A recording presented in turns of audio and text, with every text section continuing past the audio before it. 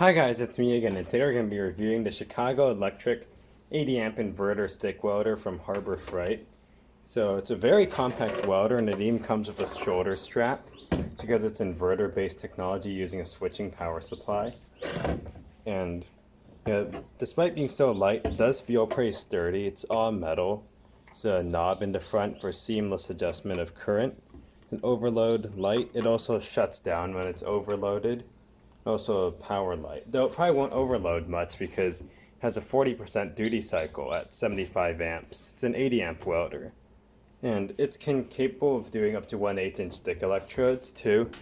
I got some electrodes for it, also from Harbor Freight, Vulcan brand. We're going to try them out later. And the front, we have two connections, negative and positive.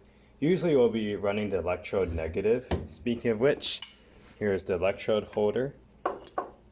It's actually very nice. It's got nice, flexible, but still sturdy feeling connectors.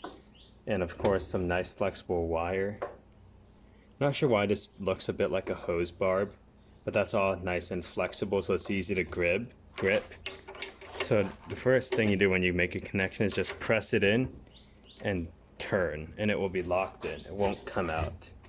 Never disconnect it when welding, and you will get shocked if you touch these. They're at 70 volts. When you're not welding, during welding the voltage drops much less. And here is the ground clamp. It's got the same connector. It's a brass connector like the other one.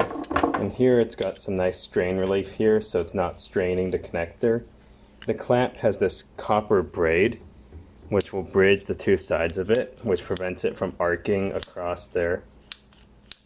And it's pretty easy to open. I'm pretty weak and I can still squeeze it effortlessly. And yeah, so the ground clamp is just like that.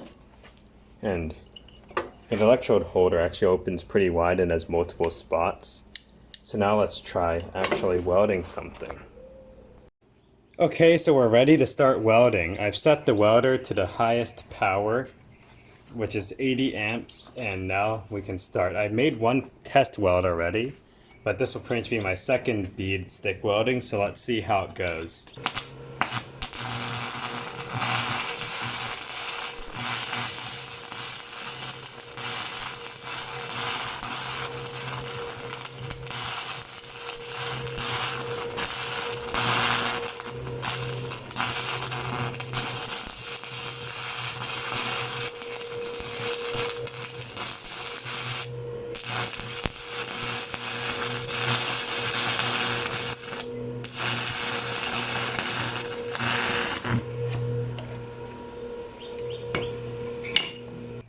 There is my really ugly bead. For my first time stick welding, I think I moved a little too fast there, but other than that, I'm surprised by how well this machine works. I mean, yeah, I'd highly recommend this machine so far, but only time will tell how long it'll last. Now let's go actually weld something, like a real project.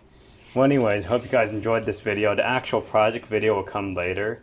Don't forget to like and subscribe if you enjoyed it, and see you all next time.